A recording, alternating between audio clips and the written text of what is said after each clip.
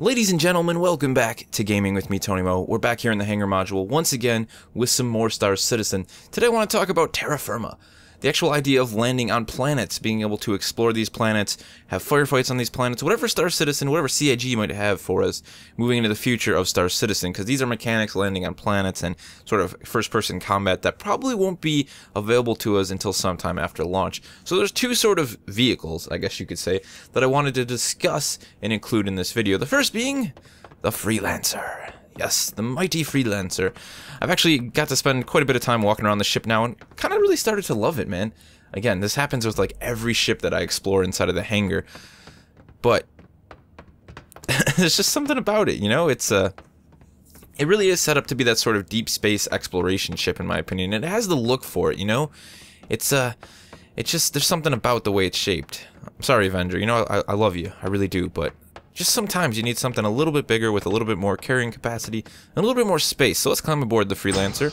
The first thing you're going to notice, and this was something that a bunch of us were talking about yesterday in TeamSpeak actually in the organization, was that look at the way this Freelancer is designed. You know what it reminds me of? A space RV. And then I got thinking of Spaceballs, which by the way, if you haven't seen that film, you should go see it. It's probably one of the greatest comedies of all time. But look at it. I mean, you know, you have the single walkway here, much like an RV. Everything's kind of reachable both on the left and right side. And much like an RV, if you try and have more than one person walking past each other, you're going to knock some stuff over. So as we move to the front here, you can see it actually has 4 bunks right behind the seats. So it's all very compact, you know, you turn around from a long day of flying, exploring the outer edges of space, and you turn around, you walk for 3 feet, you fall over on the bed, you pass out, wake up, do the same thing again the next day. We also have these 2 sort of control panel areas back here, which, who knows, I mean, they're just, you know, displaying sort of fake data right now.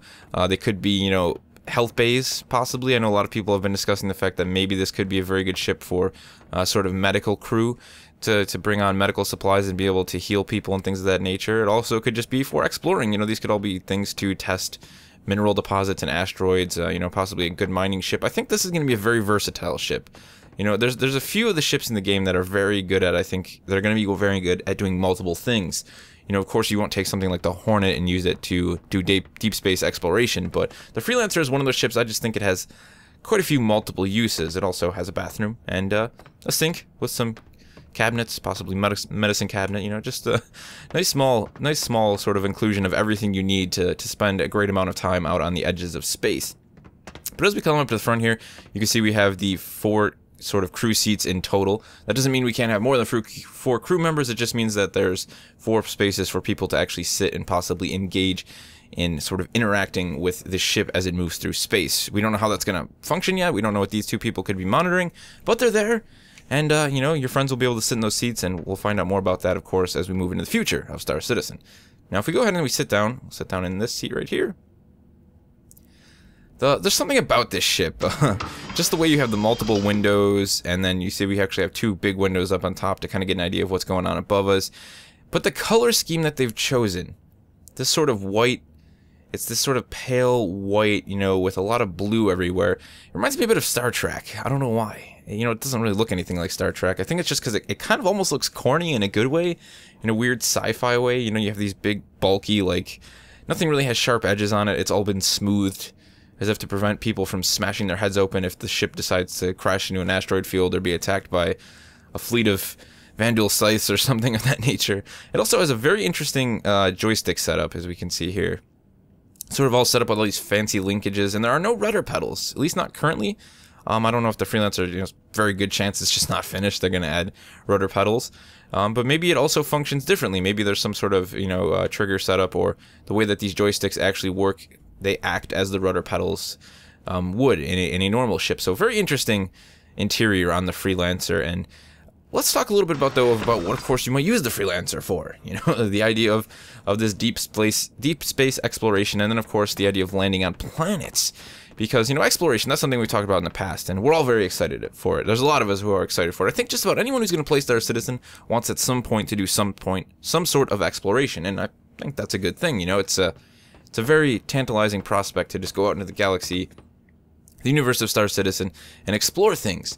So I think the Freelancer would definitely be a good ship for that. You load up your crew, you head out into the deep edges of space, and you stumble upon this lost planet covered in ice, or perhaps covered in jungle, dangerous forest, you know, just any one of a number of biomes that are dangerous, which is pretty much everything except cities. Actually, cities could be dangerous as well. But anyways, we'll stick with the frozen tundra one. So you land on this frozen tundra. You got your other guy back here. He's checking out the planet's statistics, and he's like, "Oh, you know, it's a bit cold, Captain. It's a bit cold, but the oxygen levels are actually higher than those found on Earth. We could definitely breathe there, and I think there's several anomalies found on board according to the data readout." So those are all the anomalies, the white and blue things. Bunch of anomalies, and you know, you can see the ice on the planet as well. So we decided to go ahead and we land on that. So we walk to the back of our freelancer, we get all crewed up in our warm weather gear, and we have this huge open cargo space back here that is perfect for fitting a certain vehicle in the game. We climb into said vehicle, and we head out into the frozen tundra to search for those anomalies that may bring us maybe grand treasures, lost artifacts, or new scientific discoveries in the universe of Star Citizen. And that brings us to the second portion of this, which is, once we get on those planets, what is it going to be like, you know? How are we going to be able to explore them? Now, initially, we do know that, not initially, I should say, sometime after launch, we know that first-person combat and first-person space or planet exploration will be a thing. The same thing with being able to land on planets. Now, initially, it's going to be automated. So what's going to happen is you're going to come up to a planet, it's going to set you into this automatic sequence where the ship lands on its own on the planet. You get to watch all of this, there's no cutscene, there's no skipping, but it's actually instance. It's just the illusion that you're landing on the planet. Now later on, CIG has mentioned that they would like to make it so you can actually go ahead and land on planets and things of that nature, but that is going to be something that's going to happen sometime after launch. I wouldn't expect to see that, you know, 2015 when they put out like the sort of final build and then start moving forward with more content. But that's still cool that they've managed to sort of reserve, to keep some of that immersion. I think that's very well done on their part, and I'm looking forward to it very much. Now once you land on these said planets, you know, we can't expect to see these giant actual planets to explore. Whole entire planets, you know, filled with life and monsters and enemies. It's not going to be this giant open world. It's probably going to be instanced initially. You're going to land on this planet. It's going to be sort of like Mass Effect, where you'd go to do a mission, you would land on a planet, and there'd be this sort of small outpost, and you would do whatever mission you had to do inside of that outpost, whether it be attacking some pirates, retrieving data, again, you know, some sort of scientific discovery, you know, capturing a person or retrieving someone who's been kidnapped. You know, there's just going to be a ton of different things. Now, at the same time, they could have smaller sort of open world areas, you know, rather than having an actual outposted building, they could have a small wilderness that actually has a couple paths you could follow and you could explore. And that is where something like a ground vehicle would come in very handy, of course. You could actually get inside of that vehicle and you could drive the path. It would save you a ton of time. And of course, if it's actually cold, you know, maybe that vehicle will be able to provide you with some sort of warmth to prevent you from freezing to death. So let's go ahead and take a look at, I guess, the first iteration of what those vehicles could actually become. Sadly, we can't put it in the back of the Freelancer because I don't actually own any of these vehicles, but we're going to go ahead and we're going to walk around the corner and we're going to take a look at a very special, highly modified buggy. Ladies and gentlemen, this is the Grey Cat PTV.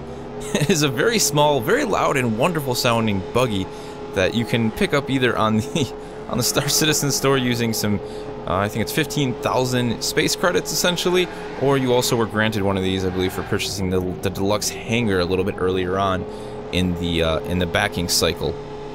So it's a shocking little vehicle, and it's also the very first iteration of actual four-wheeled ground-based vehicles that we're seeing inside of the world of Star Citizen. So of course the real question is, can we flip this thing? We can. It's actually a pretty good drift car. And the second question is, what other uses could this Grey Cat buggy have, or possibly other variants of this Grey Cat buggy have, in the world of Star Citizen as we move further? I hope those aren't explosive. So let's get out and take a look at the Grey Cat and discuss it a little bit more in detail. I gotta tell you though, this vehicle was a complete shocker, man. You know, you expect it to be some little tiny, like, electric-powered buggy, and you climb in the thing and it's got this crazy engine roar. Look at the racing slicks on this, all-around independent suspension. It's a pretty beefy little vehicle. Now granted, I can't see this actually being too good for exploring some lost, desolate planet that we've flown to on our Freelancer. You know, you drive this thing out of the back of the Freelancer onto this, like, sandy planet and you're like, oh man, we don't really have the ground clearance or the tires for this place. But what if perhaps you could actually modify the Grey Cat here on the fly? You could order different loadout kits for it and then have a mechanic in your hangar actually, you know, change the setup, increase the ground clearance, put bigger tires on it, you know, widen it, and then maybe even enclose it to allow you to explore, you know, frozen planets or maybe even desert planets where the conditions are really bad, because of course you want to be protected from the elements when you're on those said planets. You know, you don't need sand tearing like half your skin off like sandpaper, and you really don't need to turn into a popsicle while exploring some Hoth frozen-like planet. So the Grey Cat. I think this is, you know, I think there's a good reason they put it in the game. I don't think it was like a quick little thing like, you know, let's just throw this in there. It'll be really cool to drive around the hangar. I think they do have plans for ground-based vehicles moving into the future. I'm not sure if this is something they have mentioned.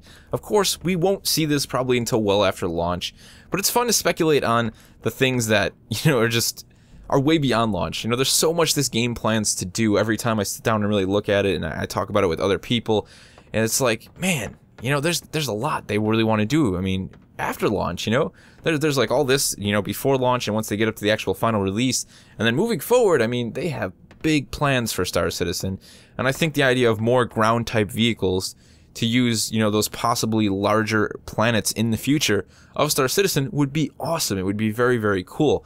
I also wouldn't mind seeing a speeder bike CIG. Maybe we could get to work on one of those for the hangar. Get a nice little speeder bike race course going on here with some bank turns. Who knows what we'll see moving in the future of Star Citizen. You guys have obviously a lot of plans for the game that we don't know about, but I want to hear your thoughts as fans, as big fanboys like myself of Star Citizen, as to what types of vehicles and what sort of uses you can envision for the future of Star Citizen when it comes to actually, you know, landing on planets and then exploring them with those said vehicles. Let me know in the comment section below, and I'll see you guys in the next one.